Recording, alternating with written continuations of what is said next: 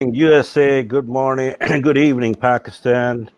Assalamu alaikum, namaskar, wherever you are. This is your Facebook friend, Dr. Faz, with a fresh show from Time Out with Dr. Faz. As we all know that we are going through this crisis situation, this COVID-19 made us crazy. Everybody is nervous, everybody is confused, everybody is depressed. So this is a time for coaches around the world to take a little time out so we can talk to each other and we can re-energize and re-strategize our things to cope with this COVID-19. And ultimately, we are going to beat it. There's no doubt about that because that's our faith, that's our belief is. So today I have a treat for you. I have a gentleman who's a professor and also he served as a principal of Jamia Millia College in Karachi. He is a certified coach, trainer, and career counselor. He's a scholar. And today we have an opportunity to learn from him how to cope with these situations. And especially while he's a teacher, he's a trainer, he's a life coach, he's a Reiki master, he's an NLP practitioner. So we are going to know what all these things are about because I'm not very familiar with certain things. But let's get him online. Please help me welcome Professor Abdul Mateen. Are you here, sir? Welcome to the show, and thanks for coming on our show so we can learn from you. So hope you're doing well in Karachi. How the things are there? Thank you very much for having me on the show. Karachi is doing well. Karachi में बहुत गर्मी है अच्छा और corona का चारों तरफ चर्चा है. अच्छा लोग परेशान हैं और लोग बेबस भी हैं. गवर्नमेंट अपनी तरफ से कर रही है बहरहाल, जी लेकिन अब ये हमारा काम है. जी ये असल में तो अब लाइफ कोचेस का असल काम और इम्तिहान तो अब शुरू हुआ है जी बिल्कुल कि किस तरह लोगों को इस आलम में, इस सूरत हाल में, जबकि वो घरों में बंद हैं और वो डिप्रेशन का शिकार ना हो जाए, वो एंजाइटी का शिकार ना हो जाए. ये तो है पर्सनल लेवल पे, और बिगर लेवल पे हमारी इकॉनमी जो है वो प्रॉब्लम का शिकार होती हुई नजर आ रही है. हमारे जो है ना लीडर्स वो दूसरों से मदद की तलब कर रहे हैं. जी हमारे जो नौजवान बाहर काम करते थे, जो हमारे पाकिस्तान का एक बहुत बड़ा सोर्स था, जो पाकिस्तान में जो वो फॉरेन रेमिटेंस भेजते थे, बहुत बड़ा सोर्स था एक, और वो भी बहुत सारे लोग वापस आ रहे हैं. अभी रिसेंट न्यूज़ के मुताबिक 60,000 लोग जो हैं वो मिडिल ईस्ट के कंट्रीज से, जी हाँ, वापस आ रहे हैं. लेकिन let's take it as a positive.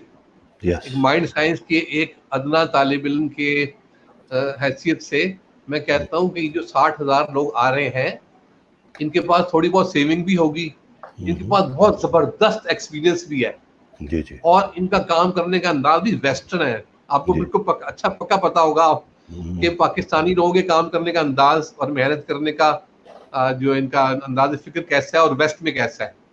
तो ये लोग वो वाला काम करने के आदि, हार्ड वर्क.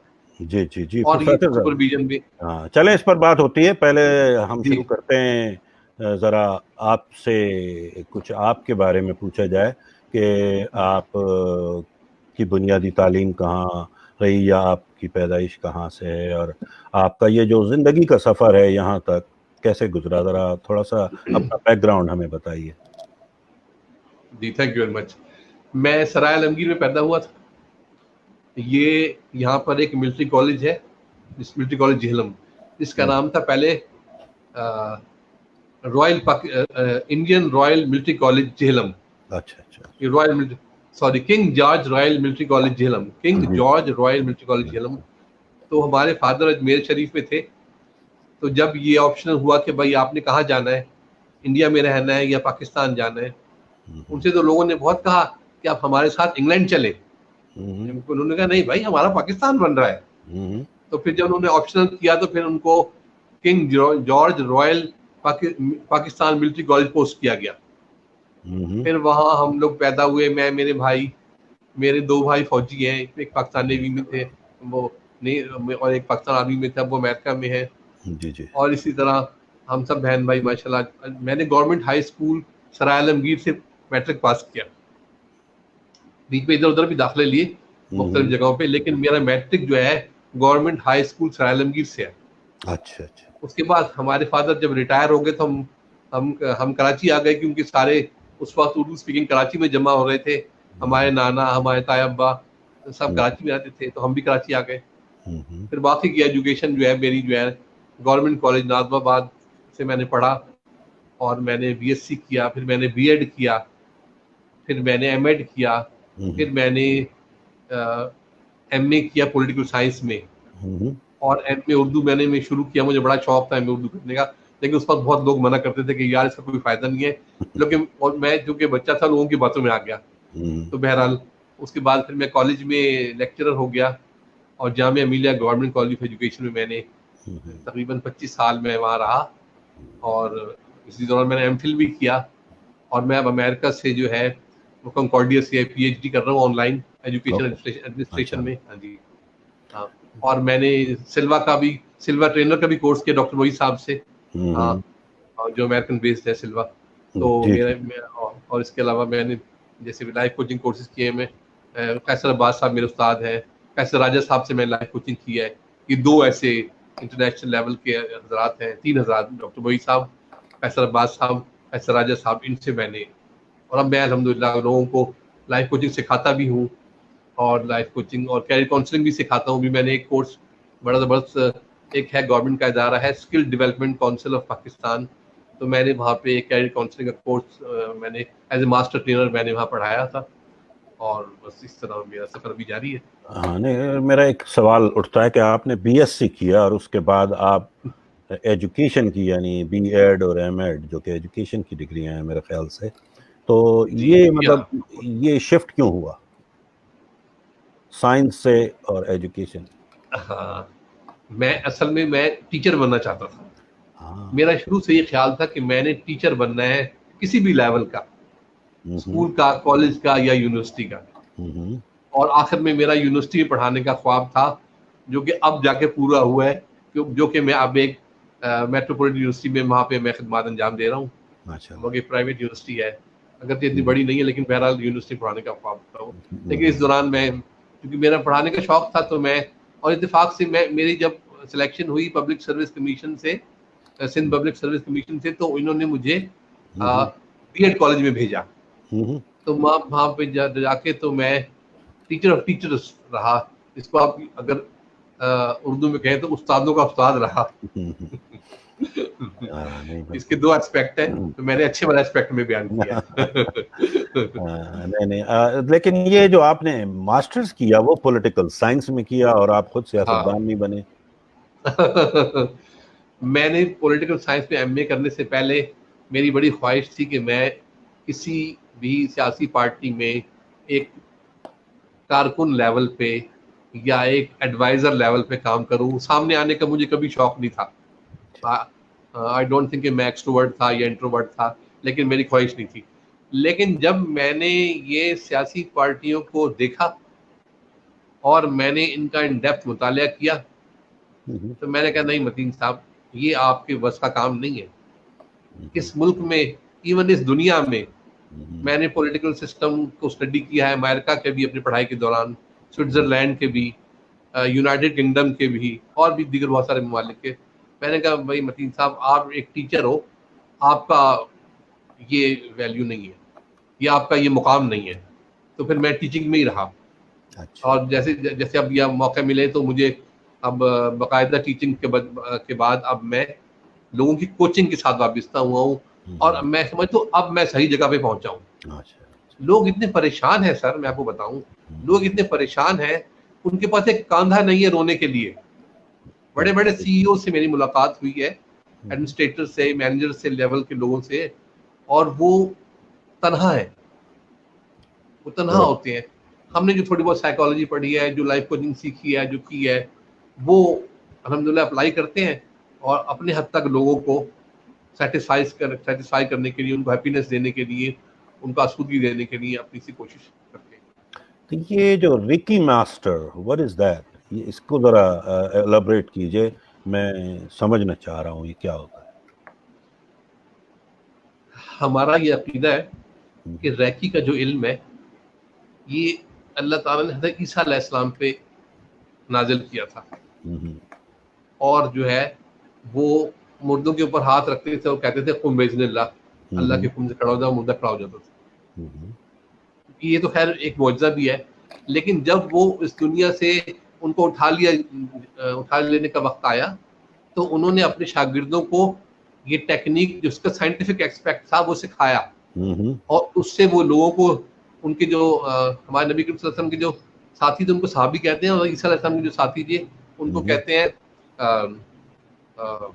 मुझे याद नहीं आ रहा, ईसा अलैहि सल्लम के, बहरहाल तो उन्होंने अपने साथियों को ये सिखाया और उनको हुक्म दिया कि आप पहाड़ों पे चले जाओ, तो जहाँ पे आजकल तिब्बत है और कोरिया है, वहाँ हज़रत ईसा अलैहि सल्लम के साथियों को कहते हैं हवारीन। जी जी, हवारीन को उन्होंने सिखाया, और वो फिर तिब्बत और जहाँ पे आजकल चाइना, कोरिया वगैरह वहाँ चले गए। फिर बाद में डॉक्टर यूसुई साहब ने इनके ऊपर रिसर्च की इन चीज़ों पे, और मालूम किया। वो एक लंबी कहानी है, बहरहाल मुख्तसरन आपके पास वक्त कम होगा, तो फिर उसकी रिसर्च की, फिर उन्होंने बताया और उसको आहिस्ता आहिस्ता इंट्रोड्यूस कराया, लोगों को बताया कि ये हीलिंग सिस्टम है, इससे हम लोगों को हीलिंग दे सकते हैं। और हम चंद मशक़ें करने के बाद और किसी उस मास्टर से अट्यूनमेंट लेने के बाद रैकी की तवानाई से हम अट्यून हो जाते हैं, और हम जब उसके ऊपर हाथ रखते हैं इनिशियल लेवल में और लॉन्गर लेवल में, जैसे आप अमेरिका में बैठे हैं, आपने मुझे कहा यार मतीन साहब मेरे सर में दर्द हो, मुझे रैकी दो, मैंने अपने हाथों में आपने आपको विजुअलाइज किया और आपको रैकी दी, तो आपको रैकी वहाँ पहुँचेगी। मेरी छोटी बहन है, वो कैंट में रहती है, उसको कभी कभी बीपी हाई हो जाता है, तो मुझे फोन करती कहती है भाई मुझे रैकी दे, तो मैं उसको रैकी देता हूँ, तो उसका बीपी हाई होता है, उसको आराम आता है। डॉक्टर है, हालांकि डॉक्टर है, जी जी जी, उसको आराम आता है। ना तो इस तरह ये रैकी का इल्म है। तो इसके लिए बाकायदा किस तरह तरबियत की जाती है? इसके लिए ऐसा होता है कि हम किसी रैकी के उस्ताद के पास जाते हैं, वो हमें कुछ मेडिटेशंस कराते हैं और हमें एक तरह से अट्यून करते हैं, जैसे हम गाड़ी की ट्यूनिंग नहीं कराते हैं, जी जी, इस तरह हमें अट्यून करते हैं, और फिर हम जो है वो जो यूनिवर्सल लाइफ फोर्स एनर्जी है उसके साथ हम कांटेक्ट में आ जाते हैं। जब हम उसके साथ कांटेक्ट में आ जाते हैं, तो हम एक चैनल बन जाते हैं एनर्जी के फ्लो का। तो वो एनर्जी आसमानों से नाजिल होती है और हमारे जिस्म में से गुजरती हुई और पेशेंट के अंदर आ जाती है, और पेशेंट की जो है ना तमाम टूट फूट की हीलिंग होती है, और उसकी तमाम जहनी, जिस्मानी और नफ्सियाती अमराज से उसको अल्हम्दुलिल्लाह निजात हासिल होती है। अच्छा और डॉक्टर मोईद साहब जो हैं वो मेरे उस्ताद हैं, वो पाकिस्तान में रैकी लेके आए हैं, अमेरिका से उन्होंने इसके कोर्सेज किए और हम लोगों ने उनसे सीखा है। अच्छा अच्छा अच्छा, उनको ही क्रेडिट जाता है कि वो पाकिस्तान में उन्होंने रैकी को और माइंड साइंस को इंट्रोड्यूस कराया, और वो सिल्वा को और 4 डायमेंशन को इंट्रोड्यूस कराया। अच्छा अच्छा अच्छा अच्छा, हाँ नहीं मुइज़ बड़े अच्छे ट्रेनर हैं, मेरे अच्छे दोस्त भी हैं बिल्कुल, अच्छा ज़ाती अच्छा अच्छा, तौर वेरी पे। हाँ, अच्छा तो अच्छा। मैं उनसे वाकिफ़ हूँ। सर मैंने उनसे सिल्वा ट्रेनर का भी कोर्स किया है, अच्छा अच्छा अच्छा, हाँ नहीं वो बड़ा, और जो मैंने सिल्वा प्रैक्टिशनर का कोर्स किया है उसका भी सर्टिफिकेट अमेरिका से ही आया है, जी जो सिल्वा माशा, फाउंडेशन है जी उसका जी दिया। जी जी। तो ये जो NLP प्रैक्टिस है, तो इसको भी थोड़ा सा एलाबरेट कीजिए हमारे व्यूअर्स के लिए। NLP जो है एक्रोनियम है न्यूरो लिंग्विस्टिक प्रोग्रामिंग का। हमारे जहन की एक प्रोग्रामिंग हुई हुई है जो बचपन से हुई हुई है, जो हमारे जो जो हम हमारी इनबिल्ट नहीं है। हम जब मारीन कहते हैं कि जब बच्चा अपने वालिदैन अपनी वालदा के में कंसीव होता है, तो उसका अनकॉन्शियस माइंड काम करना शुरू कर देता है, और बहुत अरसे तक जब वो पैदा भी नहीं होता, इस दुनिया में से भी कदम ही नहीं रखा हुआ होता, वो सब सुन रहा होता है, और उसके अनकॉन्शियस माइंड में जो है ना प्रोग्रामिंग हो रही होती है, बिल्कुल ऐसे ही जैसे हम हार्ड डिस्क लाते हैं और उसके बाद उसमें विंडोज जो है वो उसमें जिसे कहते हैं कि प्रोग्राम करते हैं, उसके बाद वो विंडो के तहत काम करता है। अगर कोई और प्रोग्राम होता है विंडो के लेवल का, हमारे पास ऑप्शन होती तो हम उसको भी इस्तेमाल कर सकते थे। तो हम उसमें विंडोज जैसे अब विंडोज जो वर्जन चल रहा है वो उसमें इंस्टॉल करते हैं, फिर उसके मुताबिक वो काम करता है। इसी तरह हमारे दिमाग में, हमारे माइंड में, हमारे कॉन्शियस और अनकॉन्शियस माइंड में वैल्यूज और रिलीजन और एथिक्स और ये सब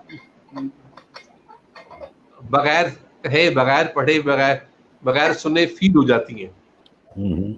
हम कहते हैं ना, मैं आपको एक मिसाल देता हूँ, हम कहते हैं ना मादरी जबान इसलिए कहते हैं, और बच्चा मादरी जबान बोलता है उसमें बड़ा कंफर्टेबल होता है, वो इसलिए कि जब वो पैदा नहीं भी होता तो उसकी अम्मी जो बातें कर रही होती है वो उसको आवाज आ रही होती है।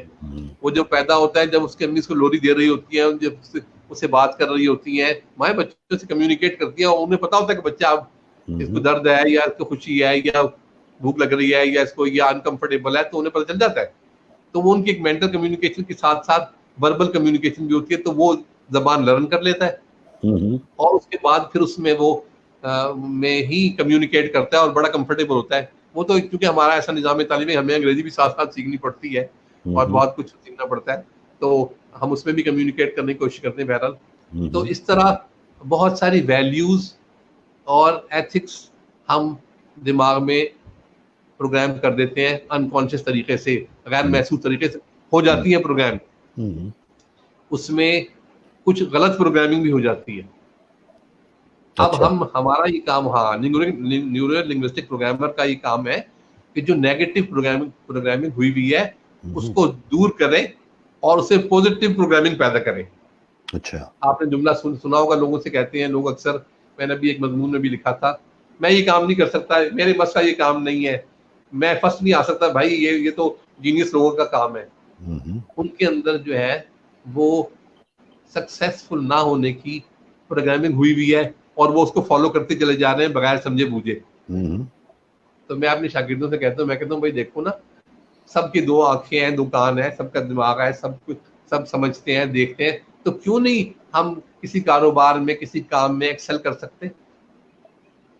और अगर हम उसके अंदर फोकस करें और उसमें मेहनत करें और जिसको आजकल के जमाने कहते हैं स्मार्ट वर्क करें, तो हम उसमें एक्सेल कर सकते हैं। लेकिन लोग की प्रोग्रामिंग नहीं हुई हुई होती, तो फिर ये एनएलपी का काम है, या जिसने एनएलपी सीखा है, जो एनएलपी का प्रैक्टिशनर है, वो अपने अंदर ये चीजें लाता है और बड़े बड़े लोग सीख रहे हैं और बड़े काम में ला रहे हैं। तो ये जो एनएलपी प्रैक्टिस में और काउंसलिंग जो करते हैं लोग, साइकोथेरेपी और या साइकियाट्रिस्ट जो होते हैं, इनमें क्या फर्क होता है? हाँ, बड़ी अच्छी बात आपने की है। एनएलपी के तो सर्टन रूल्स हैं, उनको फॉलो करना पड़ता है, उसके अंदर हम रहते हैं। काउंसलिंग में जैसे और कोचिंग में तो आप भी माशाल्लाह बहुत बड़े कोच, आपको इससे ज्यादा पता है, लेकिन कोचिंग में तो हमारे पास कुछ रूल्स हैं, उसमें हम अपने पास से एडवाइस नहीं कर रहे हैं उसको, और हम कहते हैं जैसा कि बुधा ने कहा था कि भाई प्रॉब्लम आपके पास है, सॉल्यूशन भी आपके पास है, सॉल्यूशन को बाहर निकालो।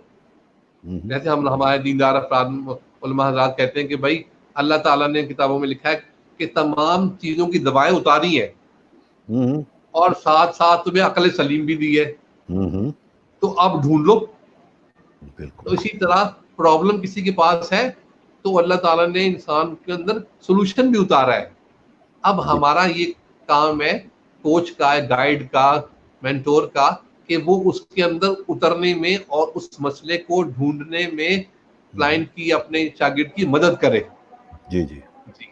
तो इस तरह हम और काउंसलिंग में हम क्या करते हैं सॉरी, काउंसलिंग में हम क्या करते हैं कि नफ्सियाती तरीकों को इस्तेमाल करते हैं और उनके जरिए कभी जब उनको वो सही जगह पर नहीं पहुंच रहे होते, तो फिर हम उसको पहुंचने में थोड़ी सी उसको इशारा देकर मदद देते हैं और इस तरह वो कामयाबी की राह पर गामजन होते हैं। अच्छा अच्छा। और तो मेंटोरिंग और काउंसलिंग, इनमें क्या फर्क? मेंटोरिंग तो हम इसको यूं हम कहते हैं कि मेंटोर एक ऐसा बंदा होता है कि जो उस वक्त भी बच्चे को की मदद कर रहा होता है जब उसे कुछ पता नहीं होता या उसे शऊर नहीं होता कि व्हाट टू डिसाइड, कौन सी राह का मैंने इंतखाब करना है। उसमें फिर क्या करते हैं कि वो बहुत सारी साइकोलॉजिकल टेक्निक्स हैं, टेस्ट्स हैं लेकर, जैसे मिसाल के तौर पर MBTI है या IQ मालूम करके और करके उसकी रहनुमाई करते हैं और उसको उसकी तरफ काम करते हैं। मैं एक मिसाल के जरिए वाज़ेह करता हूँ, शायद मेरे भी तसल्ली हुई इस बात बताने से। मिसाल के तौर पर एक बच्चा है, उसके दिल में बड़ी ख्वाहिश मैंने डॉक्टर बनना है। अब वो जब हमारे पाकिस्तान के निज़ाम के हिसाब से मैं आपको बता रहा हूँ, अब उसने जब इंटरमीडिएट का इम्तहान पास किया तो उसके नंबर आए 65%। अब नंबर उसके ऐसे है कि वो जो पब्लिक सेक्टर के मेडिकल कॉलेज में दाखिला नहीं ले सकता, कि उसके नंबर बहुत कम भी नहीं लेकिन इतने ज्यादा भी नहीं कि वो वहाँ मेरिट पे कम्पीट करे। तो एक मेंटोर उसको कह सकता है कि भाई अगर तुम्हारे इतने फाइनेंशियल रिसोर्सेज हैं फैमिली के, अब्बा जी के, तो वो आप वहाँ पे प्राइवेट मेडिकल कॉलेज खुले में आप वहाँ पे इंडक्ट हो सकते हैं। लेकिन अगर उसके पास रिसोर्सेज नहीं है तो मेडिकल फील्ड के और भी बहुत सारे में एंटर के बहुत सारे तरीके हैं। डॉक्टर फार्मेसी है, डॉक्टर फिजियोथेरेपी है, इसी तरह मेडिकल टेक्नोलॉजी की बहुत सारी फील्ड है, और इसी तरह होम्योपैथिक है। और हमारे पाकिस्तान में तो अब ये जो MBHS का भी कोर्स हो रहा है, यानी कि जो हकीम जो होते हैं उनकी भी बाकायदा हमदर्द यूनिवर्सिटी से डिग्री होती है, बाकायदा MBBS की तरह, MBHS उसका नाम है। तो उसमें उसको, वो बच्चे को नहीं पता, तो ये मेंटोर का काम है कि उसकी तरफ उनको बताए। इसी तरह फिजियोथेरेपी, उसके अलावा मेडिकल में बेशुमार ऑपरेशन थिएटर टेक्नीशियन वगैरह, और अब तो नर्सिस को भी बाकायदा मास्टर डिग्री होती है, उनकी BS नर्सिंग होती है, MS होती है वगैरह, फिर PhD वगैरह ही होता है। लेकिन यहाँ पर एक थोड़ा सा इबहाम मेरे जहन में आ रहा है, और गालिबन हमारे व्यूअर्स भी शायद ये सोच रहे हो, तो जस्ट उनकी क्लियरेंस के लिए, तो फिर यही जो सिनेरियो अभी आपने बताया जिस पर आप मेंटोरशिप की बात कर रहे थे, अगर यही सिनेरियो है तो उसको काउंसलिंग कैसे की जाएगी? एज ए काउंसलर अगर वो आपके पास आता है कि जी मुझे काउंसलिंग, देखिए जब हम किसी की मदद करने का पूरा तहिया और तयन कर लेते हैं कि हमने इसकी मदद करनी है हर सूरत में, वो हमारे पास आया है बिल्कुल कहीं से परेशान और बेबस होके पहुंचा है, तो अब हमने ये तमाम काउंसलिंग और कोचिंग और साइकोलॉजी और जितने भी कुछ है हमने पूरा उसमें लगा देना है उसमें, ताकि हम किसी तरह उसको कामयाबी की राह पर गामजन करें। नहीं, मेरे मैं तो एक बड़ा खूबसूरत सा एक लतीफ़ा है मेरा, अक्सर मैं अपनी तकारीर में भी सुना देता हूँ लोगों को मजाकतन, कि हमारे यहाँ मसला ये होता है कि अगर आपका कल सुबह कहीं जॉब के लिए इंटरव्यू है तो आप निकल पड़ते हैं उन दोस्तों के पास जो पिछले 1 साल से बेरोजगार हैं, और उनसे कहते हैं यार जरा टिप तो दो, कल क्या बात करूँगा। तो मेरा मतलब है कि वो तो फिर बेकार है ना, ऐसी काउंसलिंग या मेंटोरिंग जिसमें नहीं सर, ये तो मतलब मेरा कहने का है कि तो कोई खास उसके अवामिल होंगे जिसको सामने रखा जाता है, और तभी तो मशवरा देंगे ना आप उन्हें। जी एग्जैक्टली। अच्छा, उसमें हम उसके IQ EQ को और उसकी हम जो पर्सनालिटी टाइप को जो हम MBTI टेस्ट से निकालते हैं, और बहुत सारे टेस्ट हैं जो उसके निकालने के बाद फिर उसको उसके अकॉर्डिंगली कोई ना कोई राह सुझाते हैं। और तो ये जजमेंट का काम नहीं है। अभी आपने कहा IQ और EQ, तो जरा इसको भी एलैबोरेट कर दीजिए हमारे नाजरीन के लिए कि IQ क्या है और EQ क्या है। ये जो माहिरीन होते हैं जिनका ये ख्याल होता है कि भाई हर चीज को नंबर्स में लाया जाए, नंबर्स में लाने के लिए वो उन्होंने जहानत को नापने का पैमाना बनाया, जिसको हम आजकल की जबान में इंटेलिजेंट क्वोशेंट या IQ कहते हैं, शॉर्ट फॉर्म में उर्दू में कहते हैं मित्यासी जहानत। मित्यासी जहानत को नापने के लिए जी हाँ बहुत सारे टेस्ट होते हैं, जो कि वो टेस्ट लेने के बाद उसको हिस्सों में बताया जाता है कि इसकी IQ क्या है। जैसे मिसाल के तौर पे नॉर्मल IQ समझ लें कि 85 से लेके या 90 से लेके 110 तक है, और औसत दर्जे में आता है। 120 जिनका IQ है वो ज़्यादा इंटेलिजेंट है, और 120 से ऊपर जो है वो वेरी इंटेलिजेंट, और 140 जिनका IQ है तो वो सुपीरियर है। और आइंस्टाइन का सुना है कि IQ जो है वो 160 था, तो वो तो सुपर ह्यूमन मतलब सुपर जीनियस। तो ये तो हो गया IQ। EQ जो है, अब जब IQ ये देखा गया कि बहुत सारे लोग हाई IQ वाले भी हैं, और लेकिन वो इनकी जहानत इतनी है लेकिन दुनिया में एक्सेल नहीं कर रहे, ये कामयाब नहीं हो सके। तो डॉक्टर गोल्डमैन के बारे में बड़ी मशहूर बात है कि वो यूनिवर्सिटी से निकले तो बस का इंतजार कर रहे थे, और बड़ी सख्त गर्मी थी, और मैंने डॉक्टर गोल्डमैन की तकरीर भी सुनी है इस पे यूट्यूब पे, 100 मिनट की बड़ी जबरदस्त तकरीर है उनकी। तो उन्होंने कहा कि भाई सब लोग परेशान है, गुस्से में है, और जनाब ड्राइवर जो है बड़े इत्मीनान से अपना काम कर रहा है, डेफिनेटली वो गाड़ी चला रहा है, और सब लोग गर्मी से बेताब है। तो उसने कहा कि भाई ये तो एक से एक यूनिवर्सिटी में पढ़ाने वाले उस्ताद हैं, बड़े ज़हीन लोग हैं ये, लेकिन तो उसने बातें सोचते सोचते, आपको पता है, उसने फिर जज्बाती जहानत का या इमोशनल क्वेश्चन का उसने कॉन्सेप्ट बनाया। उसने कहा भाई सिर्फ आईक्यू नहीं, जो जज्बाती लिहाज से बैलेंस्ड हो, दूसरों के जज्बात को समझता हो और मौके की मुनासिबत से अपने जज्बात का मुनासिब इजहार करता हो, गुस्से में बिल्कुल आग बगोला ना हो जाए, रंजो गम में बिल्कुल सुसाइड पे ना उतर आए, और खुशी में बिल्कुल जिसे कहते हैं ना कि वो शादी मर्ग ना हो जाए। तो एक अपने जिसको बैलेंस आ, उसकी भी फिर रेंज है, उसके भी टेस्ट है बहुत सारे, और हम लोगों को बताते हैं, और बहुत सारे इदारे भी हैं। अभी जब से ये मीडिया वगैरह, ये सोशल मीडिया वगैरह आया है, तो कुछ ऑनलाइन फ्री टेस्ट भी हो गए हैं। वैसे हमारी जामियात में हमारे जो साइकोलॉजी, जो साइकेट्रिस्ट हजरात होते हैं और साइकोलॉजिस्ट हजरात होते हैं, उनके पास टेस्ट होते हैं, हम उनको भेजते हैं और वो अपने पास टेस्ट करा के और अपना IQ मालूम करते हैं। अच्छा, माशाल्लाह। ये देखें, ये खासी मालूमात हुई हैं हमें भी और हमारे नाजरीन को भी। अभी जैसे अभी इन्हीं बातों में एक लफ्ज इस्तेमाल हुआ, औसत, एवरेज। एवरेज जी। तो हाउ डू यू डिफाइन, आप कैसे कह सकते हैं कि उसका मकाम क्या है माशरे में, एक एवरेज का?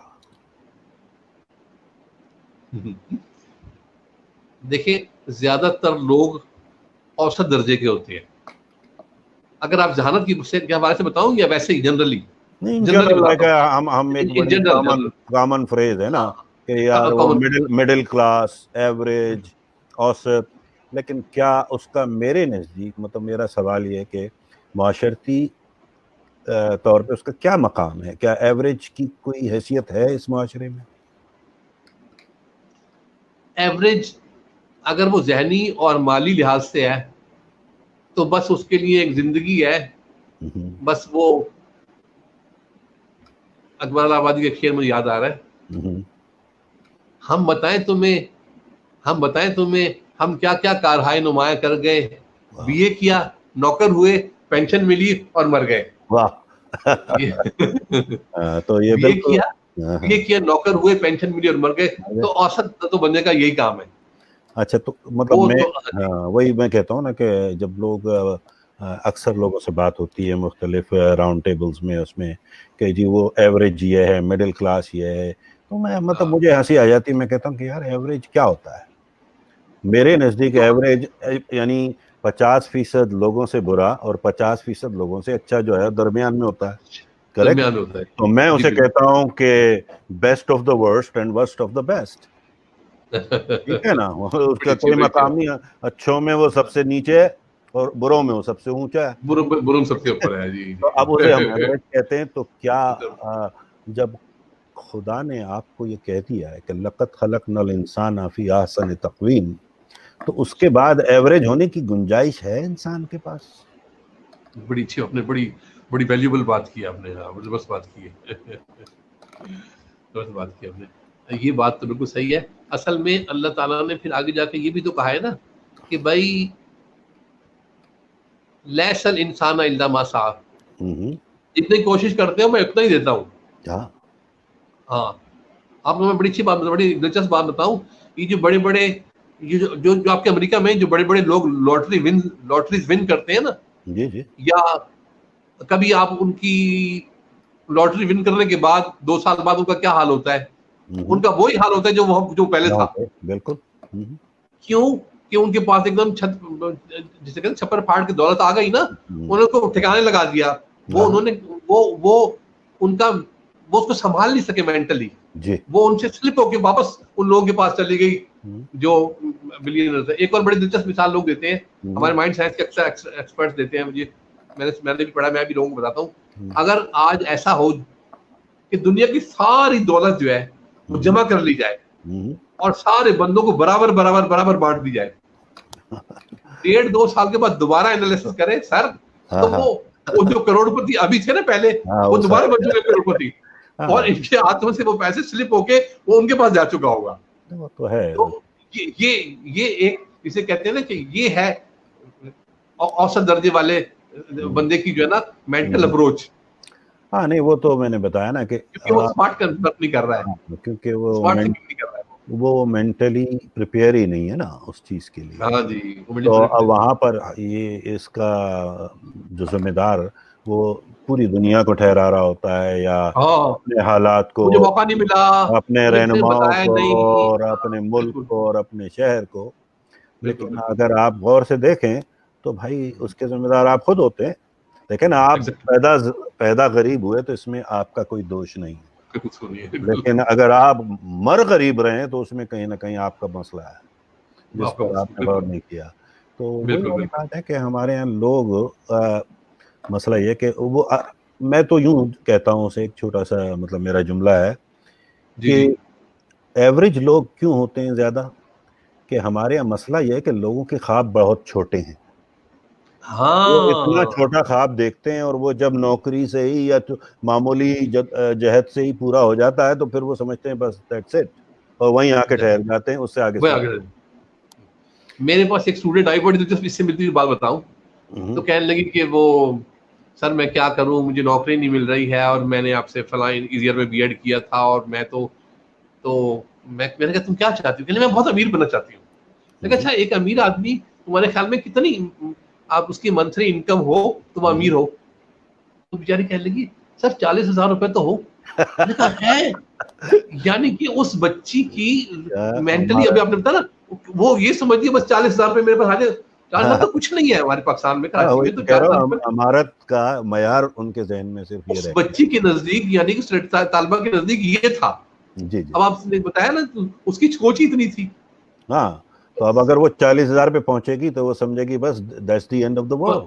मैं तो खुश हूँ कि हाँ सारे बिल मैं पे तो हो रहे हैं माशाल्लाह, हाँ, और ये मतलब घर का 40,000 किराया तो पूरी चल बिल्ली रहा पे है। ही उसपे। तो यही है। लेकिन बस वो उस बेचारी ने अपने सर्कमस्टांसिस से अपने हम्म, उसने ये देखा हुआ था, अपने माहौल से वो बाहर नहीं निकली थी। She was hmm, just thinking into the box. ये मतलब है उसको कि किसी टीचर ने बताया ही नहीं कभी कि think out of the box. हाँ, उसकी वजह यह है ना कि हमारे माशरे में हर शख्स जब से हम पैदा होते हैं और अक्सर और बेशतर इवन मरते हैं तब तक, हाँ, कुछ लोग हम जैसे बागी होते हैं जो खुद अपनी तहकीक और उसमें हो जाते हैं, तो वो हो जाता दूसरी राह पर चल पड़ते हैं। लेकिन मैं अक्सरियत की अगेन वही एवरेज की बात कर रहा हूँ कि जी वहाँ जी जी। मसला क्या होता है कि हम लोग जब से पैदा हुए, हमें हमारे सारे जो अ, बंदिशें जो हैं वो पहले से तय कर दी गई हैं।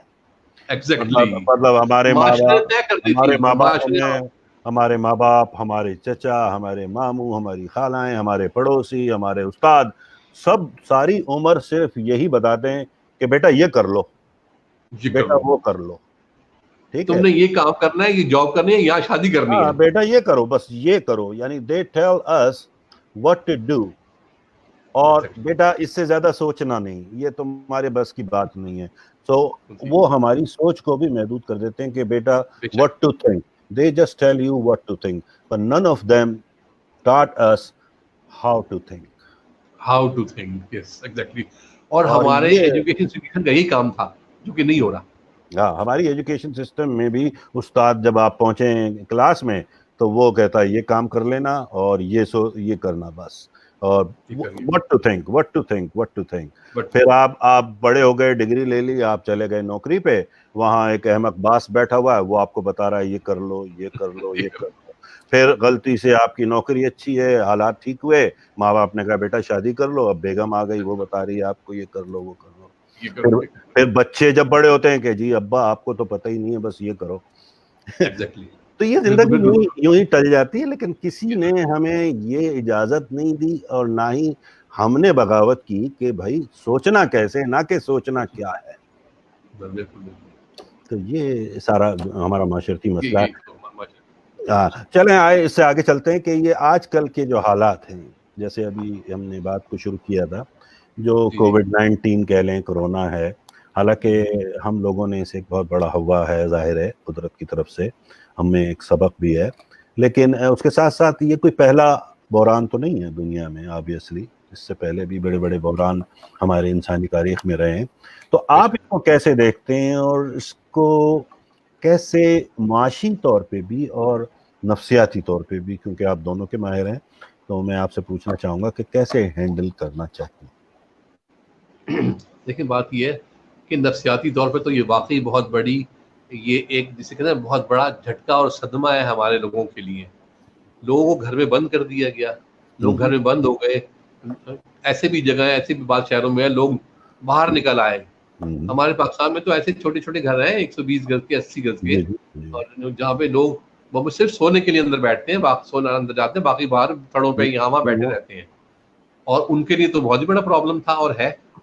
और लेकिन हमें चाहिए कि हम इसको, जिसे मैंने बताया, मैंने एक माइंड साइंस के एक छोटे से तालिब इल्म की तौर पे हमें इसको पॉजिटिव लेना चाहिए। देखिए ये वक्त मुयस्सर आ गया है हमें, हमारे लोगों को। किताबें पढ़ने का वक्त नहीं था। देखिए ये बात बिल्कुल सही है कि हम जब तालिब इल्म होते हैं, पढ़ रहे होते हैं, तो यार अच्छी सी जॉब मिल जाए, इतना पढ़ा हुआ है, इतनी किताबें, कोर्स वर्क है, इतना ही पढ़ लें, उतना ही बहुत है। उसके बाद जब हम काम करते हैं ना, और हमें आगे बढ़ने की ख्वाहिश पैदा होती है, तो हम और मजीद सीखना चाहते हैं। बाद औक़ात तजुर्बा आने के बाद, बाद औक़ात थोड़ी और समझ आने के बाद, मैं ऐसे मजाक में कहता हूँ, बाद औक़ात अकल दाढ़ निकलने के बाद तो ये, लेकिन बहरहाल एक साहस पैदा होता है आगे बढ़ने का। फिर वक्त नहीं होता, नौकरियां होती हैं, वो जैसे आपने कहा एक बेवकूफ बहुत सर पे है, और अब तो जैसे ये सेल फोन का जमाना है, तो वो तो रात को भी आपको बता रहा है कि यार ये काम कर लो, सुबह लेके आ रहा है ना, है जी। वो ऐसी जहनी गुलामी में मुब्तला होते हैं। अब क्या जबरदस्त वक्त आया है किताबें पढ़ने और किताबें लिखने का। मैं अभी किसी एक्सपर्ट का सुन रहा था, उन्होंने कहा भाई जो मिलियनर्स लोग हैं वो अभी भी सुबह तैयार होकर ऑफिस में जाके बैठ जाते हैं, जो, और वो या किताबें पढ़ रहे हैं या किताबें लिख रहे हैं। बिल्कुल। और उसके अलावा जो सोशल मीडिया पे बहुत सारी चीजें हैं, उनमें उनको इस्तेमाल करते हुए बहुत सारे लोग नई जबानें सीख रहे हैं। मैं आपको अपनी साथ देता हूँ, जब मैं छोटा होता था मुझे बड़ा शौक था मैं दूसरी जबान सीखूं, मैं इंग्लिश के बजाय मैं जर्मन सीखूं, फ्रेंच सीखूं। कोई वसाइल भी नहीं थे, सर आलम की छोटा सा जगह थी। आज तो किसी गांव में गोठ में कोई बच्चा बैठा हुआ हो, उसके पास रोजेटा स्टोन सीडी डाउनलोड करे, क्या नहीं सीख सकता वो, बिल्कुल, क्या क्या चीजें हैं, बिल्कुल। और वो उसके पास, तो ये तो बड़ा एक गोल्डन टाइम है अगर हम पॉजिटिव थिंक करें तो। जी जी बिल्कुल। और अगर नहीं थिंक करें तो फिर वही वाली बात है। मुझे बड़ी शर्म से ये बात बता रहा हूँ मैं आपको कि मुझे एक हेडमिस्ट्रेस जो कि मेरी शागिर्द है, और जो कि मेरिट पे हेडमिस्ट्रेस सिलेक्ट हुई है, उसने मुझे एक मैसेज भेजा कि भाई आप इस पे आके मुझसे मेरे साथ लूडो खेलें। मैंने दिल में सोचा, मैंने कहा यार ये पढ़ाया है मैंने इन लोगों को कि लूडो खेलें। मैं बता दीजिए मैं किसके सामने इस बात को रो क्या हूँ। नजर आया तो आपके सामने बात शेयर करूं, पहली मर्तबा किसी के साथ कि भाई लूडो खेले। यार सीखने को क्या है भाई, पीडीएफ किताबों का अंबार लगा हुआ है। हम कहते थे किताबें नहीं मिलती यार, महंगी मिलती है, ये मिलती है। आज पीडीएफ किताबें में आज ही मैंने अपनी एक शागिर्द को, वो उससे मुझे कल परसों कहा था, मैंने मेरे एक दो पेजेस है उसपे मैंने जज्बाती जहानत के बारे में थोड़ा सा लिखा था, तो उसने मुझे कहा कि भाई मुझे इसके बारे में मालूमात कहाँ से मिल सकती है। तो मैंने डॉक्टर गोलमैन की किताब उसको पीडीएफ में भेज दी, मैंने कहा ये पढ़ो। बिल्कुल कितना इससे कोई कीमती गिफ्ट हो सकता है, मैं कहता हूँ इस दौर में। और वो बच्ची के ऊपर मैं कहता हूँ सलाम है उसके ऊपर जिसने ये कहा कि मुझे ये पढ़ना है इसको। उस बच्ची को भी, जिस बच्ची ने ये कहा कि भाई आए लूडो खेलें, तो मैं भाई चले बात से बात निकलती है, तो चले बताइए कि आप कोई 3 ऐसी किताबें जो आप सजेस्ट करें हमारे व्यूअर्स को और जो लोग हमें देख रहे हैं, मजहबी किताब से हटकर, यानी ज़ाहिर है कुरान करीम तो हमारी मुक़द्दस तरीन है ना, वो तो उससे तो वैसे ही करना है, तो मैं उससे गैर मतलब मजहबी नौजवानों के लिए मैं कहता हूँ कि भाई शहाब नामा उर्दू की किताब है। जी जी, कुदरतुल्लाह शहाब साहब एक ब्यूरोक्रेट थे, जी जी, उनकी किताब है जी। और रिच डैड पुअर डैड एक किताब है, rich dad poor dad, Robert Kiyosaki, Robert Kiyosaki की किताब है। इसका उर्दू में तर्जुमा भी है, अगर हमारे बच्चे नहीं उनके पास दस्तियाब है तो तर्जुमा इसका लाहौर से भी हुआ, कराची से भी हुआ है, 2-3 जगह से तर्जुमा हुआ है। 2 ही किताबें हैं। उसके अलावा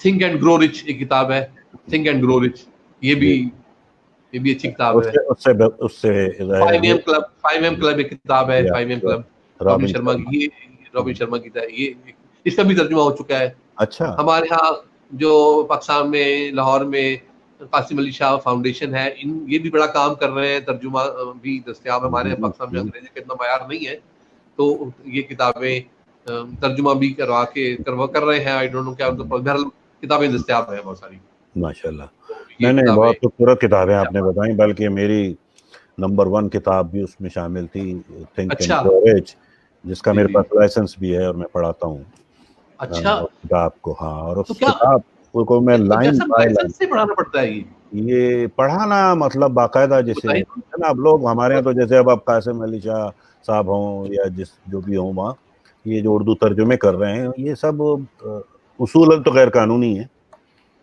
जी क्योंकि हाँ, उन्होंने ये लाइसेंस नहीं लिया। हाँ, कॉपीराइट आई डोंट नो उन्होंने लिए कि नहीं लिए, मैं असल में चंद माह पहले जब पाकिस्तान आया था, तो जी मैं जी एक बुक स्टॉल पे चला गया कुछ किताबें देखने, तो वहाँ एक जी जी साहब ने मुझे किताबें पकड़ाना शुरू कर दी।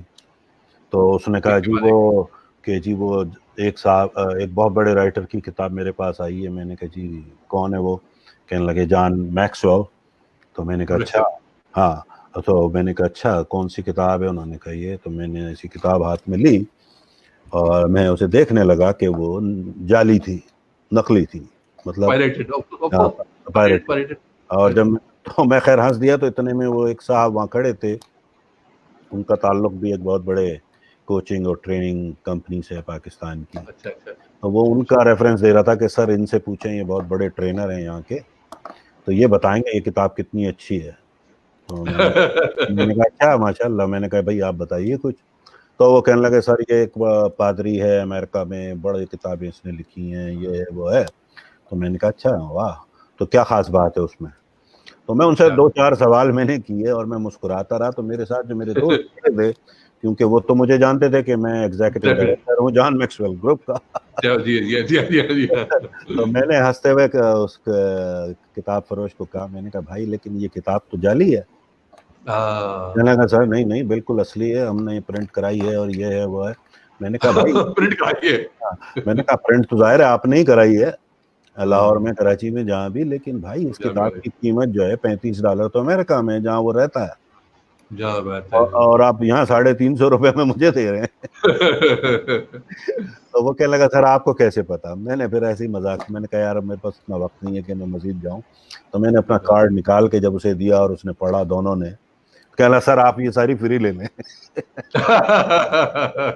तो वो ऐसा होता है, लेकिन मेरा मतलब है कि अच्छी बात है, अल्लाह खैर उनको तरक्की दे, क्योंकि इस बहाने कम से कम इल्म तो पहुंच रहा है, हमें इससे कोई इल्म तो मतलब। बढ़ रहा है, थोड़ा भी हाँ, और हमारे पहले लोग चूंकि इतने अफोर्डिंग नहीं है, तो मैं खुश हुआ कि भाई चलो कम से कम लोग पढ़ तो रहे। तो आपने बड़ी अच्छी किताबों के नाम बताया, रॉबिन शर्मा। इत्तफाक है कि मेरे को ये एजाज़ हासिल है रॉबिन शर्मा के साथ भी स्टेज पर साथ बोलने का, तो मैं जानता हूँ उन्हें भी 5 AM क्लब वाले। तो he is a good guy. तो अच्छा, तो ये किताबें जो आप पढ़ते हैं, कोई मखसूस वक्त आपने तयन किया होता है दिन में, या किस वक्त आप पढ़ते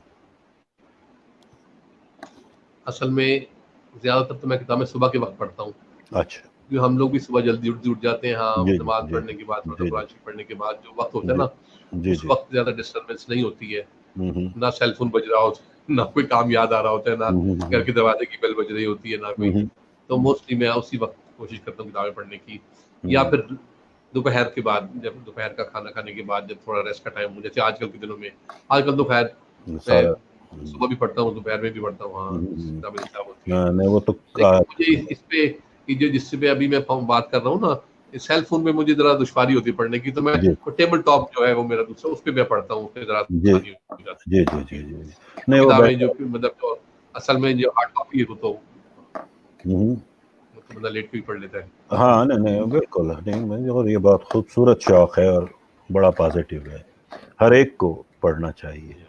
बल्कि मैं तो सब खड़े दोस्तों को से पढ़ लेते पूछे भाई देखें आप 20 मिनट अगर दिन में, आजकल वो कल ही मेरे एक दोस्त ने मुझसे बात करते हुए कहा यार पढ़ना तो बहुत चाहता हूँ यार टाइम नहीं मिलता। मैंने कहा तुम्हारे पास है क्या और सिवाय टाइम? यार घर में बैठे हो, नेटफ्लिक्स और पे क्या, मूवियां देख रहे अभी हो। तो टाइम है। हाँ बिल्कुल बिल्कुल बिल्कुल। हाँ, हाँ, लोगों को यही यहाँ पाकिस्तान में भी नेटफ्लिक्स जरा कम है, जिन लोगों ने, क्योंकि हमें परचेज करना पड़ता है तो कम है। हाँ तो वो हाँ टीवी पे इतने ड्रामे आ रहे हैं, ये आ हाँ, रहे हैं, यूट्यूब पे आ रहे हैं, फजूलियात, गाने आ ये रहे हैं, फजूलियात। तो तो यहाँ मैंने कहा लूडो शुरू हो गया है यहाँ पर तो भाई, अच्छा टाइम किलिंग डिवाइस।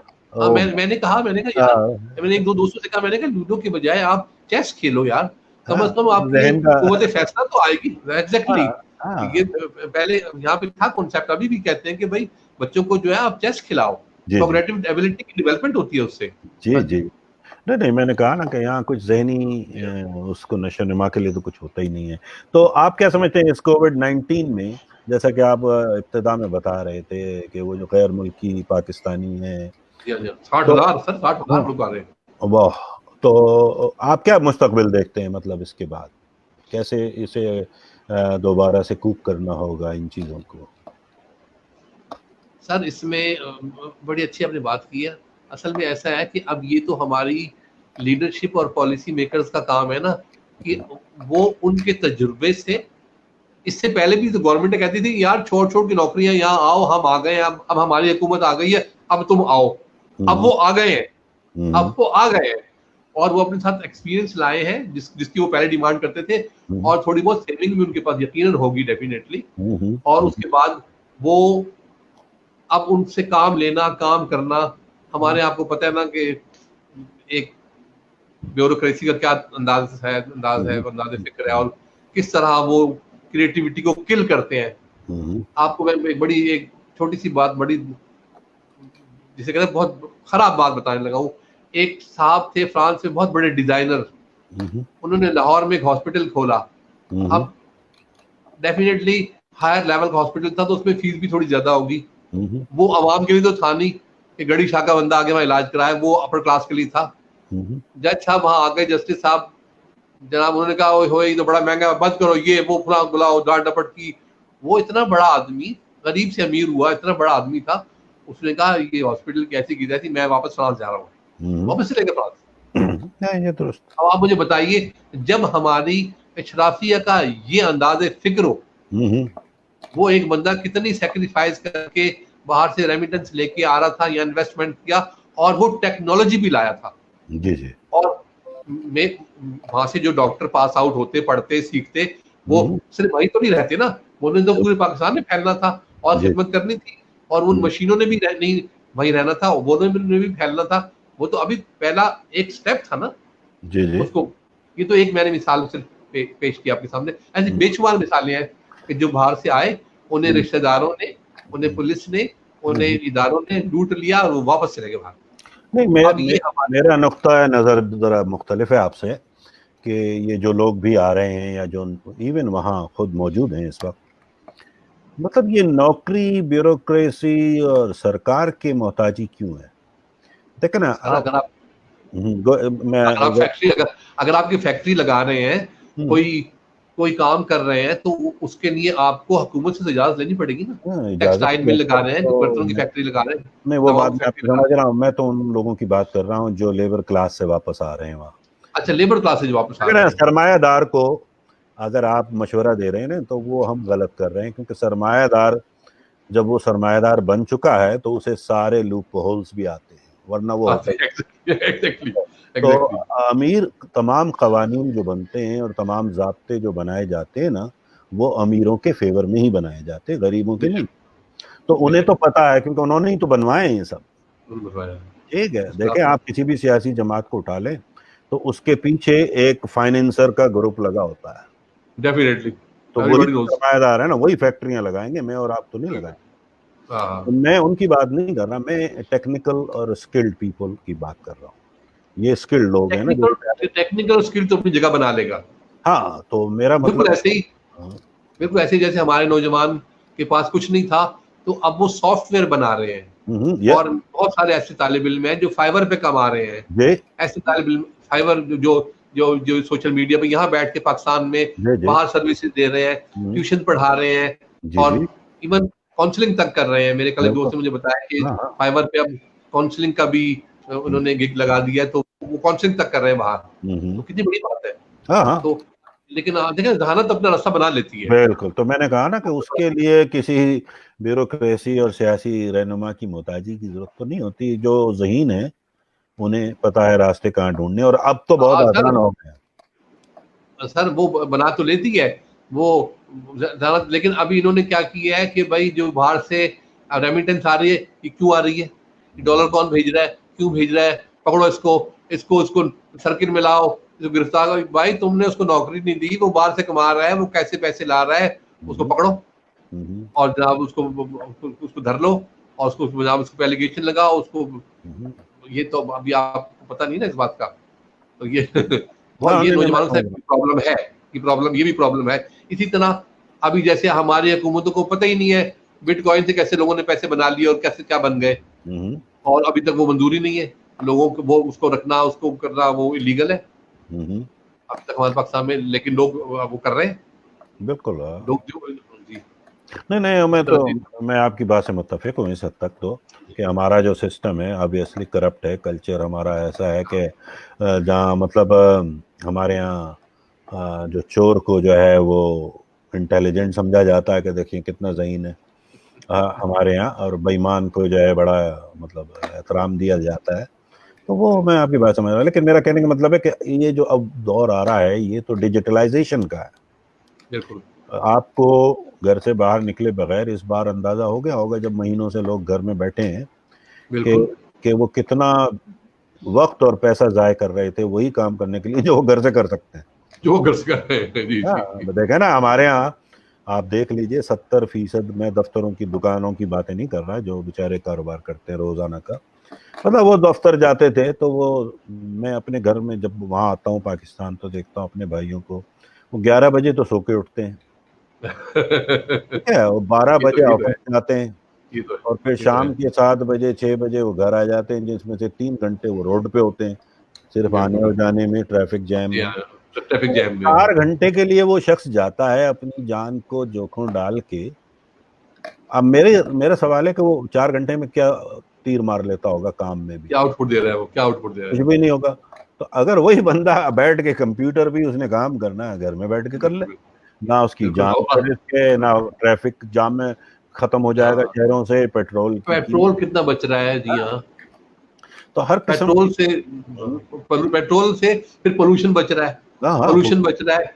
पोल्यूशन जो अभी जो हम पढ़ रहे हैं किताबों वगैरह में, मैं कहता हूँ ना कि we should take it as a positive. तो पोल्यूशन इतना कम हो गया है कि वो जो जैसे मिसाल के तौर पे हवाई जहाज, मैं किताब में पढ़ा था आर्टिकल में, 3 लाख हवाई जहाज रोज एक जगह से दूसरी जगह जा रहे होते हैं, और वो तो चूंकि बादलों से भी ऊपर होते हैं तो पोल्यूशन लेवल जो बादलों से नीचे वाला है वो तो बारिशें होती है तो कुछ कमी होती है, लेकिन जो बादलों से ऊपर है वो है, वही असल पोल्यूशन है। वो तो बारिशों बादलों से भी, वो तो हवा से भी नहीं आगे पीछे होता है, बस वो हमारे लिए तबाही का बायस है।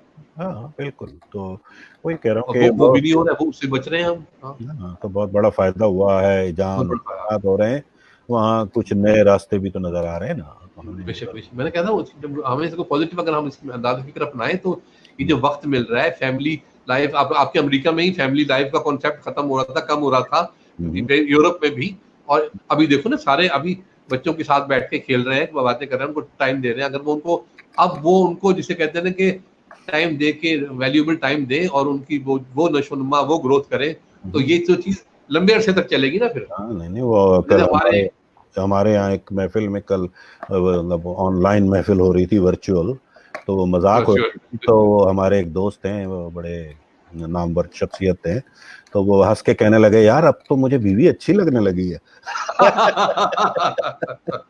तो वो इतना अर्सा पहले कभी घर में रहे नहीं थे वो बेचारे, कहने लगा यार हमारा तो हनीमून भी नहीं हुआ था और अब पहली बार ऐसा लगता है कि यार बेगम तो ठीक ठाक है हमारी।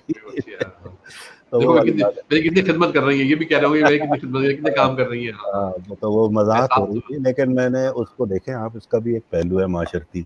अच्छा ये बताइए जो आज आपका एक शोबा है कैरियर काउंसलिंग, जी जी जी, तो ये इसको थोड़ा सा मुझे डिफाइन कीजिए, किस तरह आप काउंसलिंग करते हैं और कैसे निशानदही करते हैं किसी के लिए कि कौन सा करियर बेहतर होगा या नहीं होगा।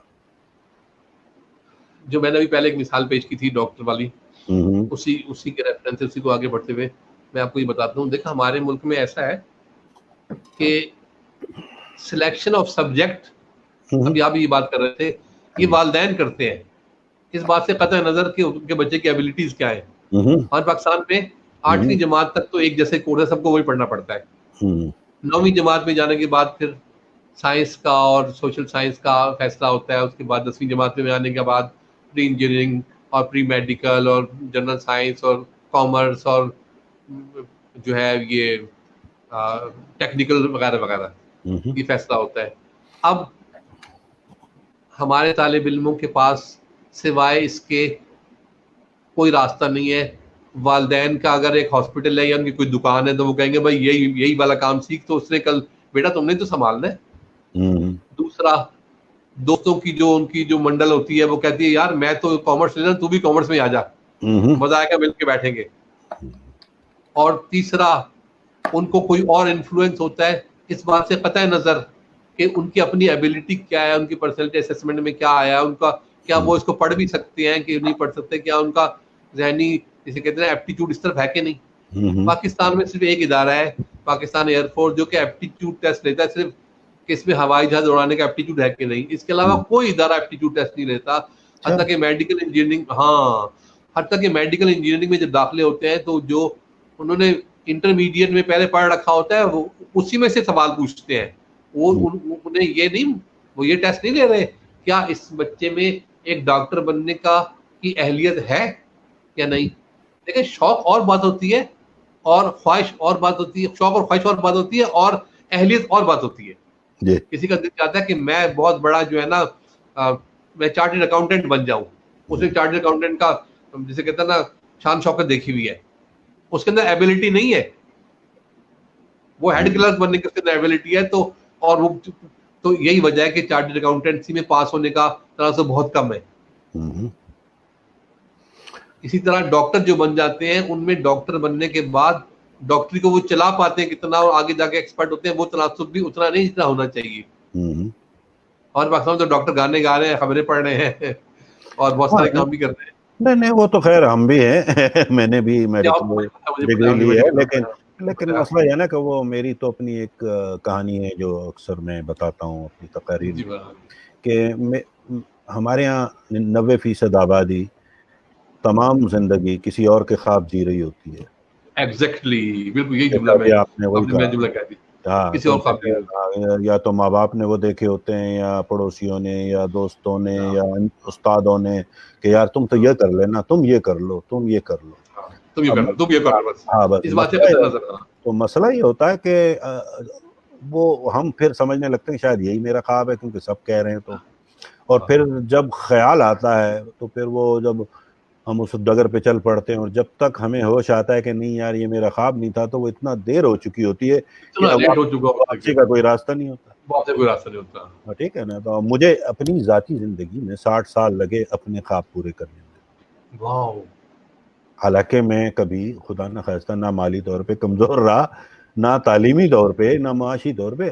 ज़ाहिर डॉक्टर था, बहुत अच्छी प्रैक्टिस करता था, बहुत पैसे भी आते थे, अमेरिका में रहता हूँ माशाल्लाह, अल्लाह का दिया सब कुछ है, लेकिन वो ख्वाब नहीं है मेरा, वो था, अब है जो मैं जी रहा हूँ। अब जो जी रहा हूँ, जब लोग कह रहे हैं कि जी मैं कैद में बंद हूँ, मैं कहता हूँ मैं एंजॉय कर रहा हूँ, क्योंकि मैं तो वही कर रहा हूँ जो मुझे करना है।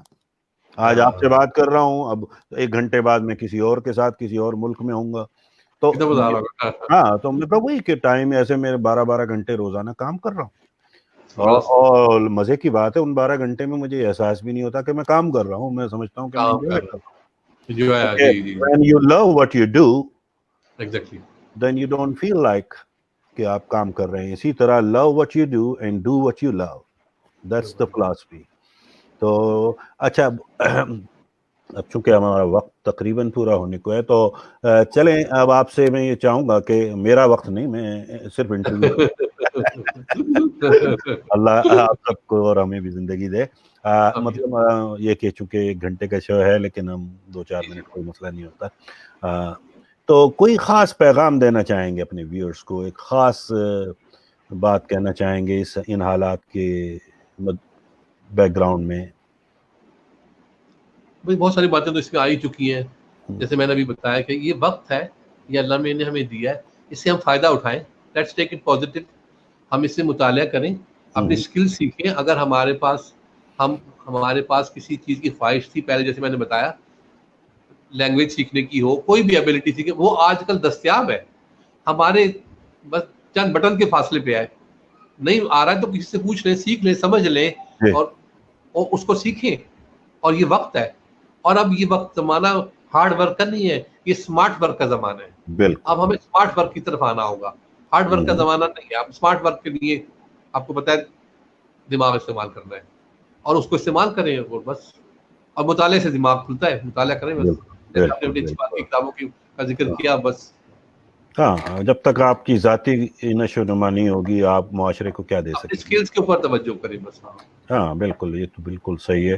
तो बहुत शुक्रिया प्रोफ़ेसर साहब, बहुत खूबसूरत बातें आपसे सीखने को मिली, और इंशाअल्लाह मुस्तकबिल में भी इस तरह राब्ते रहेंगे, और हो सकेगा तो हम इंशाअल्लाह हर 2-4 1 आध 2 हफ्ते में बैठकर गपशप करेंगे, ताकि लोग सुन जरूर। सकें और हमसे सवाल भी कर सकें, और इस तरह हमें भी सीखने का और उन्हें भी सीखने का मौका मिलेगा।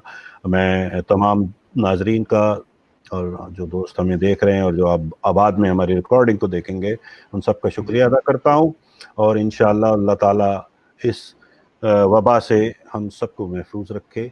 अल्लाह आमीन। ताला जो लोग इसमें जहाँ बहक हुए हैं उनकी मग़फ़िरत करे, और जो लोग इस का में मुब्तला हैं उनको सेहत कुल्ली दे। और अल्लाह ताला जिन्हें जहाँ जहाँ हैं उन सबको हिफाजत में अपनी रखे, और हमेशा अपने दोस्तों, साथियों, अहबाब, बल्कि हर शख्स जो आपके करीब से गुजरता है उन सब का ख्याल रखिए। खुदा हाफिज़। आमीन।